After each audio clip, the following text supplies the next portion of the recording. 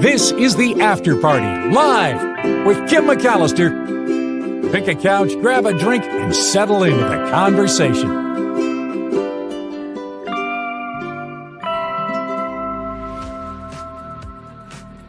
Hello, everybody. It is the After Party live on a Trivia Thursday. Some big goings on at my house. Julia now has her driver's license. Second test was the charm. I took her driving last night on the streets around the Petaluma DMV, and I've been told I'm stressful to drive with. Well, okay, whatever, it worked, and she now is in possession of her driver's license. So yay, woo, confetti and celebration. Thank you for your patience and for hanging out and for all the ways that you contribute and help this show. It is free to click the like button. So please clicky like. And if you haven't already subscribed, click subscribe. You can tell if you unclick it and it kind of becomes dull again. If you click it and it's bright or highlighted, it means you have subscribed. Thank you to Wes for coming in today and throwing down a 5. Huge appreciation for the near daily contributions. So much love for you, Wes. Thank you. Deborah S.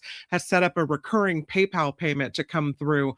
Another one from Wes, Carol S., Rhonda A., the most recent contributors to the After Party Live. The PayPal information is in the show description every day, and it's in the About tab here on the After Party.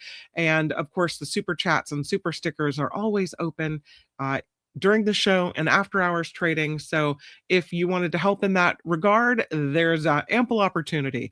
And thank you for clicking the like and for spending this next hour hanging out. Before we get into trivia, I did want to show you this story. Well, I'm stuck on trivia for just a moment. This is a story about an albatross that has been videotaped cleaning its young. So I thought we could take a look at it because it's just so cute. And there's this albatross, baby albatross, I should say. And the mother giving it a thorough clean down. Oh, did it go away? Of course, I'm watching it on my own. My apologies. Here it is. Hold on. Here it is. Now we got it. Now we're cooking with fire. All right. I'll start it from the beginning because this is super cute. There it is. I know that the clicking is a little loud there. Apologies for that. This is an albatross giving a huge cleanup, preening its little baby albatross. Cute. It's so interesting how gentle they can be with those giant curved beaks. If this doesn't lighten your mood, I don't know what will. But I thought, we might not need to learn a lot about albatross preening, but one of the things I think we can do is look at the wildlife and lighten our mood a little bit. I have another story about wildlife. This one, maybe not so pleasant, although I think many of us have had the experience with wild turkeys where like they just go after you. There's some wild turkeys that live in the parking lot of our pediatrician. And if you park in a certain area, or if they don't like the look of your car, they will go after the shiny rims on your tires and start pecking your tires. And then, you don't want to roll because you don't want to hit them. But these wild turkeys are in southern Wisconsin, and they have started terrorizing this neighborhood. So here's a look at the news coverage of the wild turkeys on the loose. Hi, Kevin, thank you. Wild turkeys are attacking people in a Janesville neighborhood. People in the area say the birds are chasing postal workers, blocking traffic, even going after kids. Our Nicole Herzog introduces us to the unfriendly new neighbors and the advice from the DNR on how you can stay safe. Well, experts say wild turkeys flock together during the winter, which is why they might be more noticeable during this time of year. But people in the area say this group is more aggressive than usual, creating chaos around town. A quiet street in Janesville. A new group of neighbors is starting to ruffle some feathers. At first, I love wildlife. The turkeys were cool. They brought, life to the neighborhood. As it's developed, they've become a nuisance. They block traffic. They've caused accidents. They, went after my mailman. Lawrence Meyer caught this incident on camera. Wild turkeys chasing down a postal worker. Our cameras also caught the flock chasing down a rental truck and another mail carrier. No, they don't. Meyer says his son also became a target. As he was approaching, crossing the street, the turkeys started chasing after him. It's scary. These are big birds. They're as tall as my son. And when they fluff their feathers, they're scary. They're huge. To an 8-year-old. It's more of a rarity than it is common. Jason Cotter is the wildlife biologist for Rock County with the Wisconsin DNR.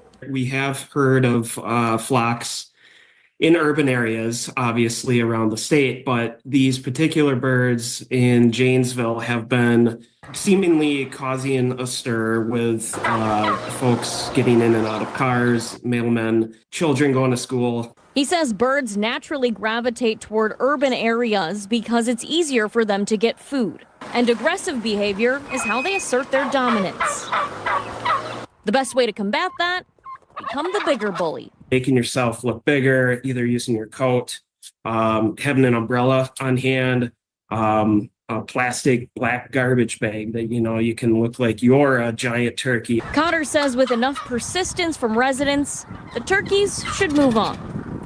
Until then, I'm not asking as a snobby person to get rid of these turkeys. Meyer is hoping they'll get the hint. I want to see them thrive in their natural habitat, and I want to see these children be able to thrive in their habitat or neighborhood, if you will, and enjoy themselves without fear of being chased by turkeys. So that's the goings on in Wisconsin with the turkeys being a problem there as the animal habitat encroaches on the human neighborhood. There is a new longest snake. And, I would have liked the picture to have been of the entire snake all stretched out. But this is the world's longest wild snake. First of all, how do they know it's the world's longest wild snake? They haven't seen all the snakes in the wild. But okay, sure. It's the world's longest snake in the wild, found in Indonesia. It's a reticulated python discovered in the Maros region of Indonesia, and officially now it is the longest wild snake to ever formally be measured. So they measured this snake at 23 feet 8 inches. That's a big python. The snake currently in the care of conservationists and licensed snake handlers. And it's big. They went out in search of this long snake after hearing rumors of this huge snake in this area. The people call it Ibu Baron, or the Baroness is what they call the snake. These reticulated pythons typically grow to an adult length from 9 feet to 19 feet. So this one measuring 23 feet 8 inches, she's a big girl, the Baroness. Yeah. All right. I want to do one more story, if we could, about ancient mummies, and then we'll get to trivia. But this is a story about smelling mummies. The scientists, they want you to have the full experience. When you go to the museum, they want you to really, not just see something behind glass. They want you to smell it. It's a mixture of archaeology and chemistry, bringing the aroma of mummification to museums. It's a multi-sensory experience they want you to have. Because there have been advances in this field of biomolecular archaeology, the scientists can now detect traces of what they call molecular fingerprints on ancient artifacts. Tiny particles they take and then can determine how these objects may have smelled. And the smell can lead to a better understanding of medicine, rituals, daily lives, all things that happened thousands of years ago. New paper on this one, published in the Frontiers in Environmental Archaeology today, shows how museums are now able to take that molecular evidence and then bring that sensory experience to you. Based all on molecular findings from these ancient artifacts, they've built these portable scent cards and scent diffusers to accompany the exhibits of Egyptian mummification in museums. The research apparently represents a huge shift in how scientific results can be shared beyond academic publications. How perfume can communicate through smells. So, this perfumer and pharmacist used ancient chemical signatures from the archaeology research to create a scent for a potential exhibit. The real challenge, she said, lies in imagining the scent as a whole, because the biomolecular data gives you some clues, but then the perfumer has to translate that chemical information into a complete olfactory experience that kind of brings up the complexity of the original material rather than just the individual components. So they have developed a couple of different ways to present these ancient scents to the public alongside the artifacts. One is a portable scent card, and then the other is a fixed scent diffusion station where you could work it into an exhibit at the Museum August Kestner in Hanover, Germany. The scent provides a new approach to mummification, moving away from the scare factor and horror movie cliches toward an appreciation of the motivations and actions that ended with the desired results. So they also put a fixed scent station in an exhibit in Denmark as well. The scent station, they said, transformed how visitors understood embalming, smell, adding an emotional and sensory depth that text labels alone could never provide. They hope to offer museums compelling new tools for bringing visitors closer to past environments and practices via sensory interpretation and engagement. What do you think? Do you need to smell it? Or is it just interesting to see it? Do you want all of our senses involved in experiencing history? Because I don't necessarily know if I want to smell embalming. But I do agree that the smelling and the seeing and maybe even, I don't know, hearing, having this whole world is more like being there, gives you the experience of what the Egyptians were doing or what people in history were thinking. But I think I might be good with just the seeing. I don't know. What do you say? I'm going to the chat. See what your opinions are on this one. He was talking about snakes. Ew. I think they should offer scratch and sniff cards like the movie Polyester, says Blue Spark. At least with the cards, you can choose if you want to take one. If they put the scent stations in, I think the scent kind of permeates the air. And then if you didn't want to smell it, you kind of walk in and there it is. John Watson says there's a bar in Rio Vista that has about 1,000 taxidermied animals. Smells a lot like dead animals. Ew, gross. No thanks.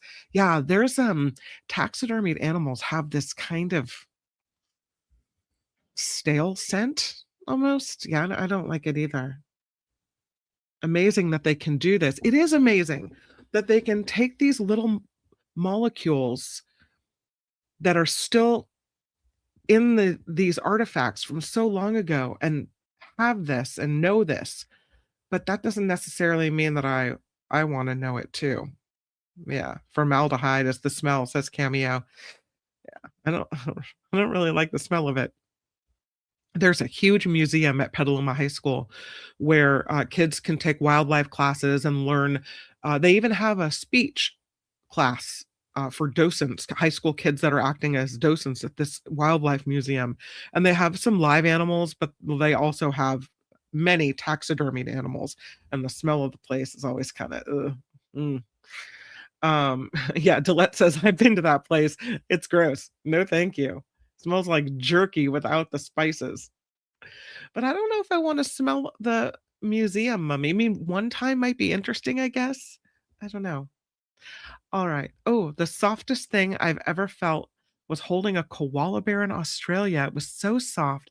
Felt like I was holding a cloud. The way it clung to me was precious. See, I thought they had massive claws. You had to be really careful with that, but that's a really sweet memory. I love that. Yeah. All right. Oh, the bar in Rio Vista is called Foster's Bighorn.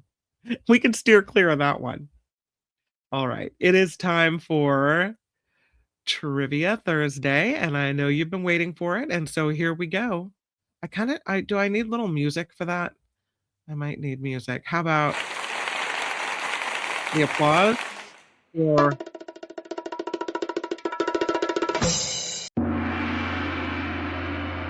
I like the gong. How about this? It's time for Trivia Thursday. No?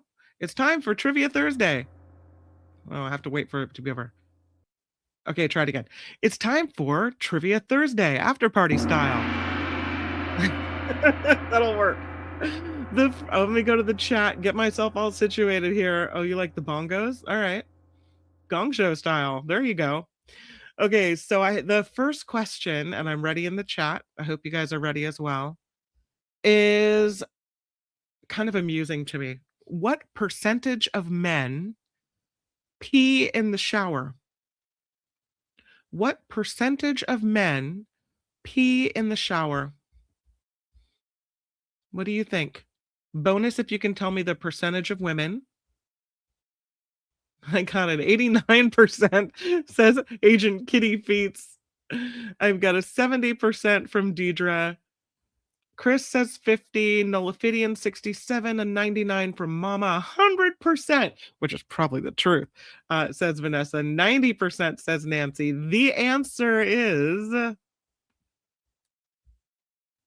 75% of men pee in the shower and 40% of women pee in the shower. So Deidre said 70%. That's pretty close.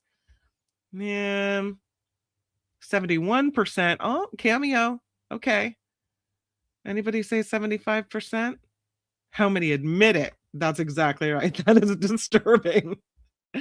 I mean, I don't know. It's all going down the same place, whether you flush it in the toilet or it washes down the drain, right? 75% admit it, says Vanessa. 70% of men tell the truth. 25% of men are lying. All right. Next question. Here we go. What object has 300 times more bacteria than a toilet seat? And there are probably many right answers, although I'm looking for something that you would use on a work day. What object has 300 times more bacteria than a toilet seat? I have a money. Your cell phone, says Yvonne. Uncle Jim says your keyboard, your drain, your ATM buttons, your mouth, a sponge, cutting board, doorknob. Such good answers. Remote. I think we all know how we get sick, right? Doorknob, motel TV remote. Yee. I went to a hotel where they had a little plastic baggie over the remote. And it was a nice place. A mouse, a shopping cart, a phone, a faucet, a cutting board. The answer, correctly given to us by Uncle Jim, is your office keyboard. Has 300 times more bacteria than a toilet seat. That is Uncle Jim says keyboard, and somebody else said keyboard as well. I think Mama. There you go. Mama says keyboard. Excellent. Anybody else for a keyboard? Well, if it's on the keyboard, it's on your hands, right, William? That's not wrong. Yeah. Yeah, those are really good answers. Shopping cart handle. So gross. Oh, Sandy got it right too? I'm sorry. Did I skip over you? My apologies. I didn't see it. Oh, there you are. Yes. Sandy says keyboard. Thank you, Sandy. My apologies for skipping over it. Trying to look through all the answers here. Me, it was me. Okay. The point is, don't sit on your keyboard. Truth. Yes. Okay. All right. Next question. Here we go. What is the only letter that doesn't appear in any U.S. state name? What is the only letter that does not appear in any U.S. state name?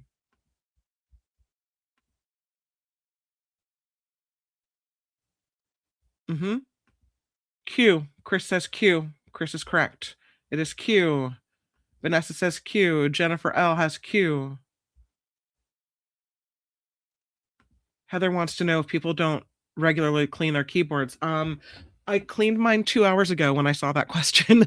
I have a little wiper and I took the Clorox wiper and I wiped it all down. Texas, so X is not the correct answer, but Heather says Q, and that is correct. So does Donna, and Nancy has Q, and Nola Fidian, and Yvonne, and Deidre, and Sandy, and Ren. Gordon has it as well. All right. Okay. Here we go. Next question is, what animal can sleep for up to 3 years at a time?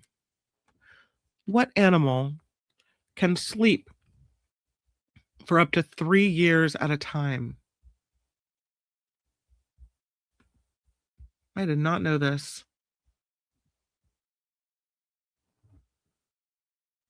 We have a sloth and a frog and a bear.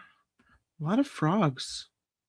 A toad, my cousin Dave, a tortoise, a frog, my daughter. Oh, mine too. Tortoise. Me, says Heather. A toad. A snail, says Doug McNeely, and Doug is correct. The answer is a snail. A snail can sleep for up to 3 years. Who knew that snails were that sleepy? Next question. What is the dot over a lowercase I or J called? This is the moment. You were saving this knowledge for trivia, and now it's time. What is the dot over a lowercase I or J called? It's the what? It's not the jot, but it is, as Deidre says, the tittle. There's an extra T in there. Tittle. It's the tittle. Ren says, I didn't know snails slept at all. You and me both, my friend. Deidre with the correct answer. It is a tittle. Deidre says, tittle. Yes. It's a Tittle. Tittle. A dot. That's what I call it. A little dot. Gordon knew it was a tittle, though. And anybody else for tittle? He's going to make me say tittle over and over and over again. Ooh, cicadas sleep for up to 17 years. That's right. That's cool. All right. Okay. That sounds dirty. It really does, doesn't it? The next question. What percentage of people have an extra rib? Called a cervical rib. What percentage of people have an extra rib?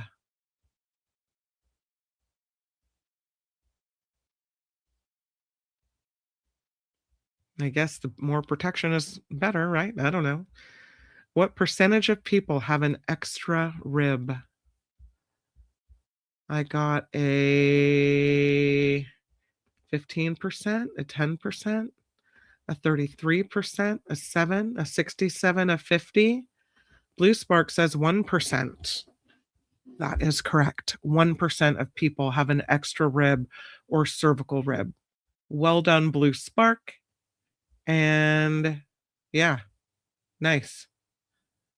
It was a good guess, Uncle Jim. Almost. Okay, next question. Yeah, low, very low. I don't know if I've done this question before, but I'm going to roll it again. Which animal has pink milk? Which animal has pink milk? Yeah, Blue Spark. Woohoo! Which animal has pink milk? Don't look it up. See if you know it. Oh, a couple platypuses. Do platypuses have pink milk? I don't know. Pink dolphins, a hamster. Oh, wren. Wren says hippo, and wren is correct. The hippopotamus has pink milk. That is right. That is correct. The neon blue bioluminescent bay off the island of Vieques is the brightest in the world. The neon blue bioluminescent bay off the island of Vieques is the brightest in the world. Vieques is part of what U.S. territory?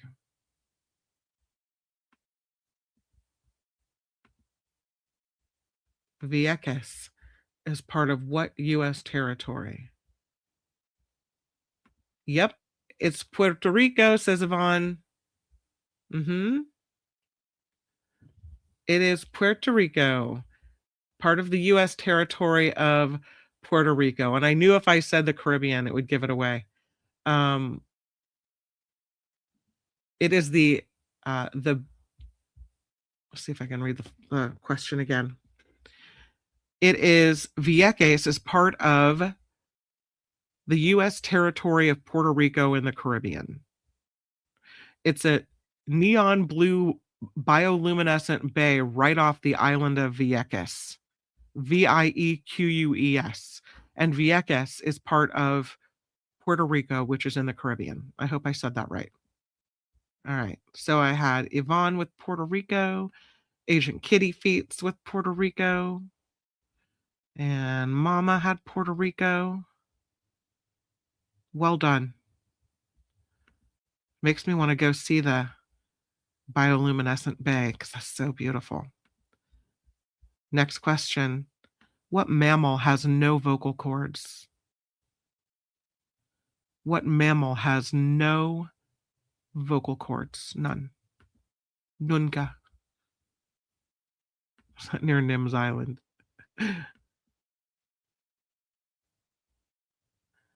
No vocal cords. A dingo? Giraffe, though. That's the answer. What's the sizzle has it? Well done. It is the giraffe. No vocal cords. Uncle Jim knew. So did Ren and Yvonne and Nancy and Sandy. Gordon has it. Deidre and I learned together. Doug has it. Right on. And Gordon, I just cleaned my keyboard. We all say thank you. What planet smells like rotten eggs due to its gas? What planet smells like rotten eggs due to its gas? Ren learned that at Safari West in Sonoma County. Well done. Sandy, do not put your keyboard in the dishwasher. Nope. The answer is not Venus. I think the answer is actually hilarious. I got a lot of Venus, which Venus might stink too. I got a Jupiter and a Mercury and a Jupiter. You guys are brilliant. A Saturn. I got a lot of Venuses, which is making me question the answer. Cameo says Uranus or Uranus. That is the correct answer. What planet smells like rotten eggs due to its gas? Uranus, because of the hydrogen sulfide there. And how appropriate, right? Cameo has it. Sandy has it. Mama has it. Blue Spark, I know it's yes, Blue Spark has it. John Watson has it. William Martinez has it. Yeah, just use the alcohol wipes. That's good enough. Doug has it. Yeah. It figures, doesn't it? Absolutely. That's what I want to know. How did they know? Has anyone been there to smell it? These are the questions. Well, I kind of had to. There was a lot of Venuses happening, and what common item? I hate this question so much. What common item do people accidentally inhale in their sleep mythically? What common item, thing, do people actually or accidentally inhale in their sleep mythically? There's a mythical answer and a real answer. Yeah. If you answered spiders, you would be sadly correct. And here is the answer. Okay, you ready for this?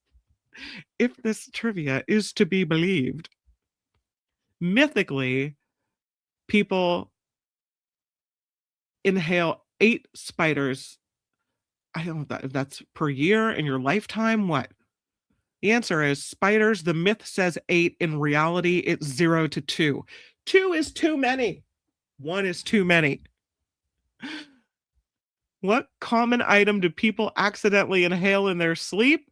Mythically 8, reality 0 to 2. And again, no time frame on this is given, but that question was interesting enough for me to want to present it anyway.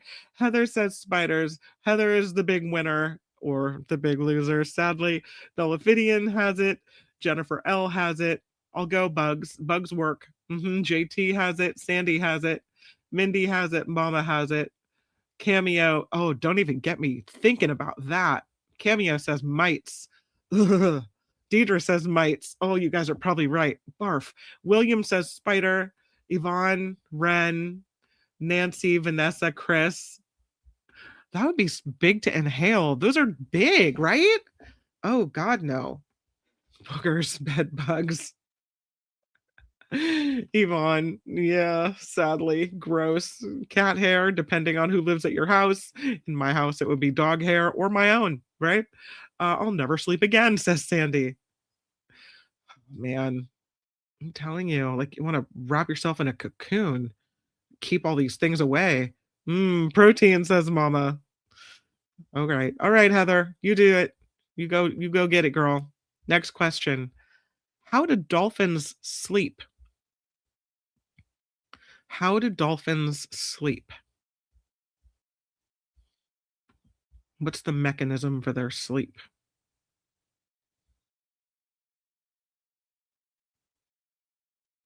I love this. Once went to bed and saw a spider, got something to hit it with and couldn't find it, stripped the bed, no spider. I slept on the sofa that night. 100%. Got to do it. Yes, the answer is, and here's the question again, how do dolphins sleep? The answer is with 1/2 of their brain at a time.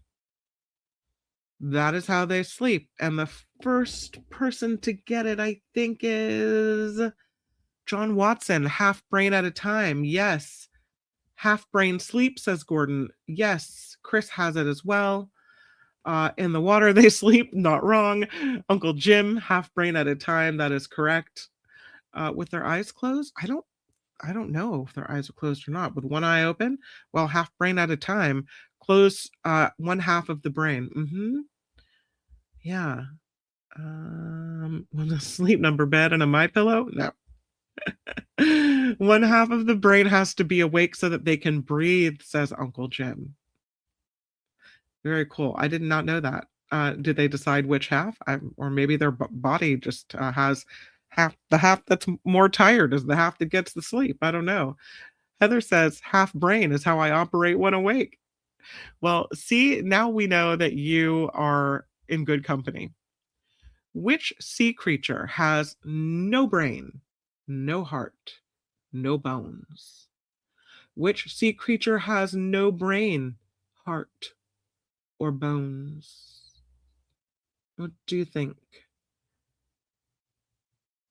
Again, which sea creature has no brain, heart, or bones? see, I'm going to the chat. The answer is a jellyfish. Heather has it right on. Yay, Heather. It is a jellyfish. Uncle Jim says jelly. Deidre has jelly. So does Jennifer L. and JT and Chris and Ren. And Yvonne says jelly. So does Nullifidian. Oh, a sponge. Yeah, that makes sense to me too. Louise says jelly. That is right. So does Sandy and Doug and Gordon and William. And I don't know. They might have do they have a heart starfish? I'm not sure. The answer was jellyfish, but I think maybe there's more than one applicable. Like the applause. I found the there's a couple of different sound effects in the StreamYard program that I use. Intense applause, a fast heartbeat, which I should have played during the spider one, a gong, a bounce, drum roll bongos, and that's all I have. So maybe I'll start employing those a little bit more. I think a starfish has a skeleton, says Gordon. Okay. All right. Maybe that's why. Zero Sum will not be sniffing a mummy. All right. So noted. I don't think I will either. Next question. I have this question to present to you. The next ones are all kind of sea creature related. What type of ray gets its name from the Portuguese word for blanket? What type of ray gets its name from the Portuguese word for blanket? By the way, it has a big brain, and it's one of the only sea creatures that has passed the mirror test for self-awareness, which is super cool. And also creepy given its relatives. Which type of ray gets its name from the Portuguese word for blanket? Do you know the answer? You do. Everybody knows the answer. Manta ray, says Deidre. And Deidre is correct. The gong that goes on forever. Manta ray is the right answer. Well done, Deidre. Nullifidian has it. Bus One Design has it. Welcome, Bus One Design. Mama has it as well. And Blue Spark has manta. So does Ren, Donna, Yvonne, Jennifer, Agent Kitty Feet. Sandy has it. Nancy has it. You guys, Teacher Lori is on it. Gordon has it. All right. Luis, I see Luis has it as well. Okay, the next question is, what green-skinned, typically salad ingredient, features in the name of a toxic echinoderm capable of both sexual and asexual reproduction that lives on the seafloor? What green salad ingredient is in the name of a toxic echinoderm capable of both sexual and asexual reproduction that lives on the seafloor? And the answer is, yeah, JT knew it. It is a cucumber. Well done. Bus Design knew it was a cucumber. So does Heather and Sandy. Oh, it was an endive. I like it. A cucumber. Luis knew it. A cuke, says Ren and Nancy. Oh, there's going to be fighting in the house tonight. You just tell him, Ren. I knew it was a cucumber. Nancy has it. So does Yvonne and Nullifidian. Teacher Lori is on it. Sea crouton. That goes in every salad. Absolutely. Cucumber, says Dulette. Yes, that is right. Okay, the next question. How about this one? The Japanese yachtsman. Nah, I don't want that one. How about this one? This is good. Everyone should get this, right? What's the better known name for the body part known scientifically as vibrissae Seals, walruses, sea lions have them. The better known name for the body part, known scientifically as vibrissae, found on seals, walruses, and sea lions. Vibrissae. What do we know? Vibrissae. Found on seals. I don't think seals have tusks, do they? Walruses, sea lions, and I'll give you a, shall I need to give you a hint? I'll go to the chat. Oh, no, you guys got it. Okay. Also found on house cats. Yes. And the first person to have it, I think, is Teacher Lori.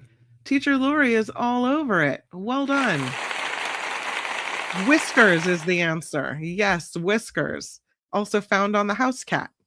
John Watson has it as well. Well done. So does Chris. And Bus One has it. And who else has whiskers? Nullifidian has whiskers. Cameo has whiskers. Yvonne, whiskers. Yeah, whiskers. Absolutely. All right, just a couple more questions and then we can wrap it up. How about this one? Which bird is the fastest on land? Which bird is the fastest on land? This one surprised me. And for some reason, I have the Roadrunner in my brain. Which bird is the fastest on land? Yes. As a matter of fact, Uncle Jim knew it was the ostrich. Should I do the applause again? Woo! Uncle Jim has ostrich. Well done. I was thinking Roadrunner. That would have been my answer. Mama knew ostrich. So did Yvonne. So did William and Nancy. And What the Sizzle has it. Mobius has it. See, Mobius gets it right. Woohoo! Well done, Mobius. Donna has it. And so does ostrich or emu. Teacher Lori has it. Those absolute turkeys from earlier. Those are fast. Louise says ostrich. Louise is right. Absolutely. Delette knew ostrich. Mobius, we're celebrating. You know what? Since you got one, yay, Mobius. Woo! Love it. Okay. We all thought Roadrunner because of the cartoon. Yeah, that was what's beep beep. That was what was in my head. So I don't know. All right. How about a couple more of these? And how about this one? What animal spends up to 20 hours a day sleeping? That's my kind of animal. What animal spends up to 20 hours a day sleeping? And I will give you a hint that this creature has been mentioned in the chat today. What animal spends up to 20 hours a day sleeping? The cat owners are like, cats. Totally cats. No, it's possibly true. I got a sloth. I got cats. I got from Bus One, the koala. The koala spends up to 20 hours a day sleeping. Bus One.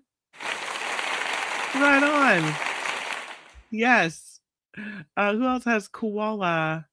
Any other koalas in the house? House cat, snake, cat, me if I could, cat, my cat. Yeah, well done, bus design. Love it. Okay. And the next question. Let me clear the playing board. Here we go. How about what is the only fish known to produce sounds loud enough for humans to hear? What is the only fish known to produce sounds loud enough for humans to hear?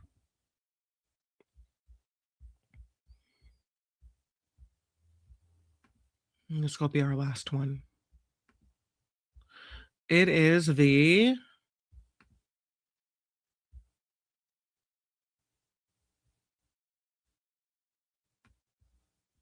catfish, says Nullifidian. Technically, the answer says the croaking catfish, but I will take catfish, absolutely. Catfish is the answer. The croaking catfish or the catfish? Teacher Lori says the yelling fish. Oh, Mr. Limpet. I love the answer. Awesome.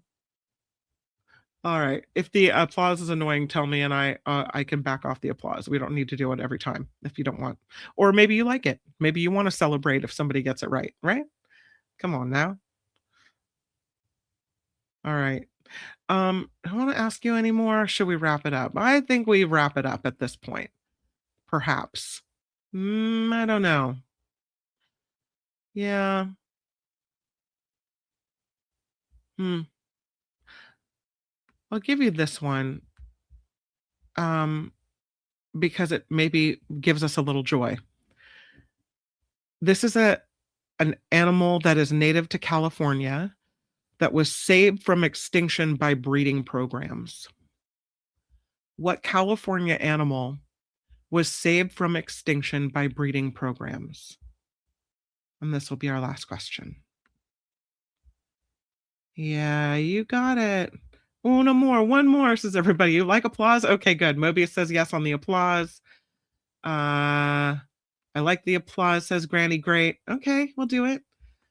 Condor is the correct answer. The California condor was saved by breeding programs, and Heather gets it.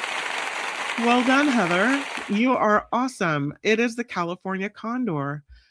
Did someone say condor before that? I like applause. Tuna catfish, Charlie, tuna goby, Karen fish. All right. Well, Heather has it, and so I love that for Heather. And who else has it? The California condor. Anybody else for the condor? I think I scrolled back too far. The gloomy Maine Coon. Yvonne says the condor.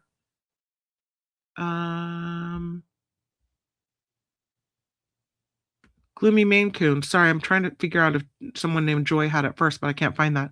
Jennifer L. had it. So does Uncle Jim. John Watson. Ren. Condor, says Teacher Lori. That is right. Deidre says condor. So does William and Ms. Organic and Bus One. And Luis has it as well. Chris has it. Nancy has it. Gordon. Well done. Yay. Hooray for the condor, says Nullifidian. Hooray for you for playing, for getting answers right and wrong and funny and learning. You guys are amazing. I salute all of you on Trivia Thursday. Thank you so much. And this has been Trivia Thursday after party style. Oh, I'm having way too much fun with my sound effects. Okay. The next thing I have to show you are weird sea creature animals. Speaking of sea creature critters, this is a story about new animals that have been found. Marine biologists have discovered 28 new deep sea species. While they were poking around way down deep, they also found an old VHS tape. And this all happened off the coast of Argentina. And they said the level of ocean biodiversity off of Argentina is absolutely staggering. The marine biologists with the Schmidt Ocean Institute have been super busy over the last few years. They have been aboard the research vessel Falcor, and they have spotted rare Antarctic squid, discovered multiple octopus species near Costa Rica, and they have cataloged over 100 potential new species off the coast of Chile. So they have released images and videos of some of their latest observations from the South Atlantic Ocean. They're still examining creatures and specimens and things, trying to figure out if they're new. Did we know about these before? So they're still working on it. But they did set out to investigate cold seeps, which are deep sea areas where methane and other chemical emissions from the ocean floor sustain microbial life.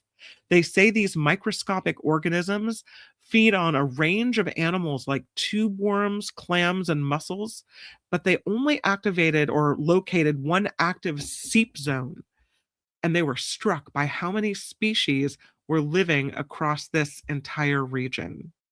They said they did not expect to see this level of biodiversity in the Argentine deep sea, and they're really excited to see it teeming with life. This, by the way, that you're looking at is a glass squid that was seen while using a exploring, I think, with a submersible off the coast of the Argentina area in the Colorado Rawson Submarine Canyon. Look at that glass squid. I mean, that is a weird looking creature, am I right? There's video if we want to just kind of relax and watch some beautiful ocean video from a moment from the deep sea. Here are some of the things they saw. And I don't think that all of these include the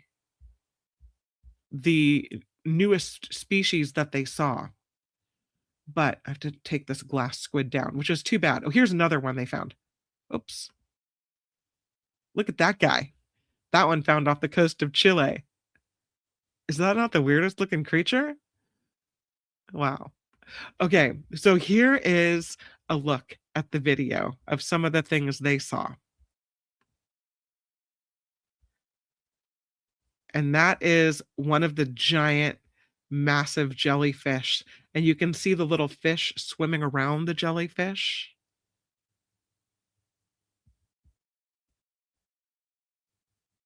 It's so beautiful and peaceful just to look at that.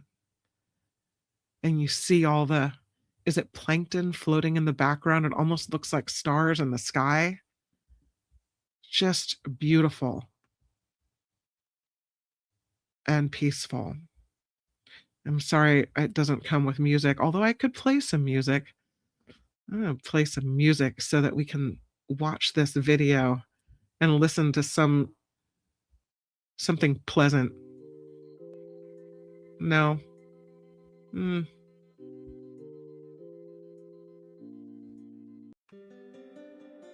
That's better, right? I like it.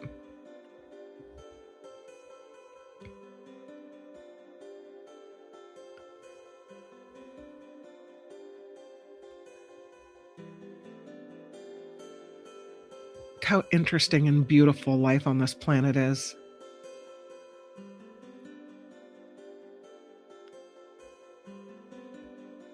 It almost looks like a comet streaking across the sky.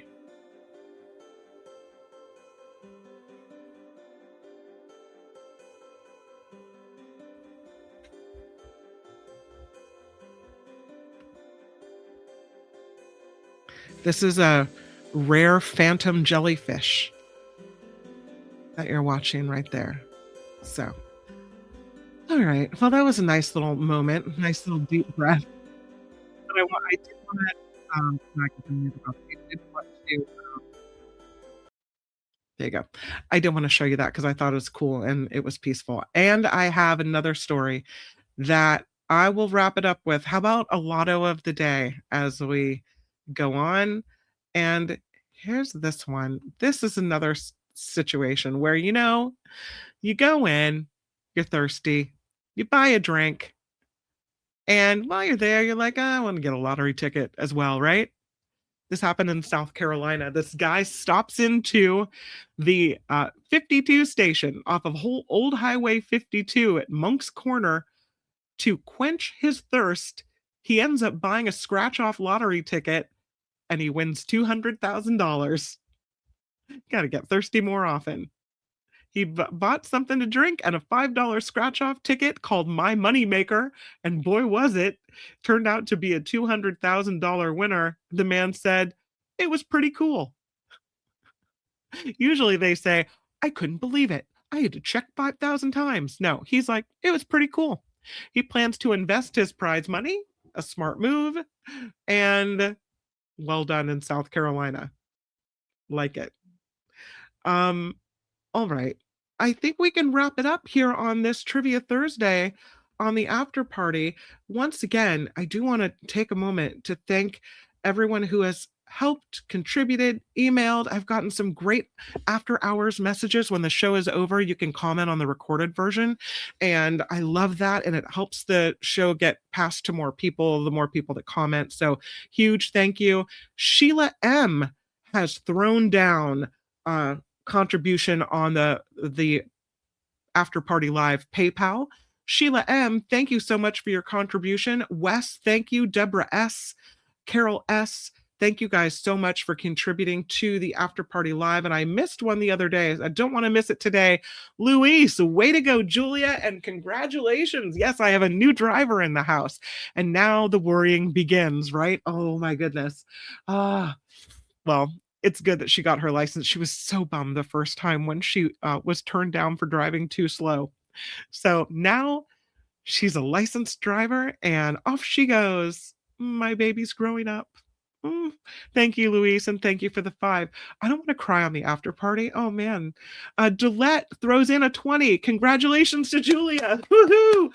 I'll have to pull that out of the after party and give her some gas money, right? Thank you, Luis. Thank you, Dillette. And thank you to Doug McNeely. Wow, a $50 contribution. What's harder than a Trump cognitive test? Trivia Thursdays. Yeah. Doug, thank you so much. Thank you to everyone for spending time, for playing along, and just for having joy together. Thank you for the contributions to the show. You guys have no idea how much it means. It's just keeps this show going and helps me continue on. So thank you. Before we, and I'll give you, okay, before we roll away, I do want to remind everyone that tonight it is the Nikki Maduro show. And I have a little banner for that. It is the Nikki Maduro show at 5 p.m. Pacific time here on YouTube. As Mark says, it's 2 drunk girls talking about politics, but I think it's a little more than that. Nikki Maduro, amazing friend and talk show host, and her passion and opinions always inspire me. Come join us. It is tonight, 5 p.m. Pacific, the Nikki Maduro show. And I'll meet you right back here on YouTube. But until we meet again, may you have the best rest of your Thursday. And I will see you in just a little while. But for now, bye-bye. The After Party Live would like to thank the following contributors and viewers like you.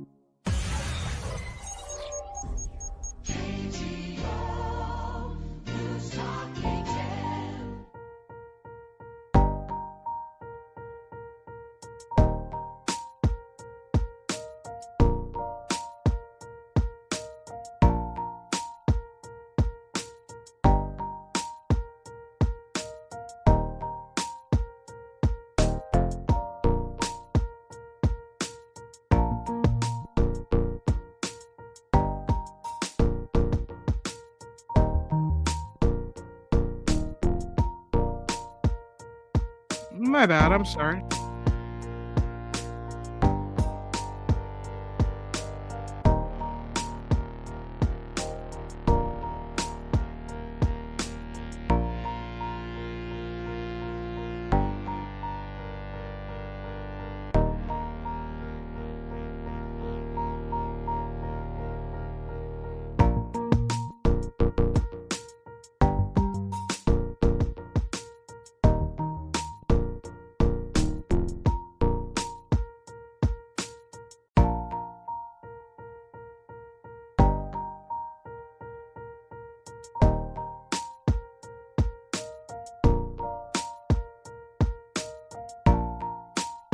Thank you. Thank you very much.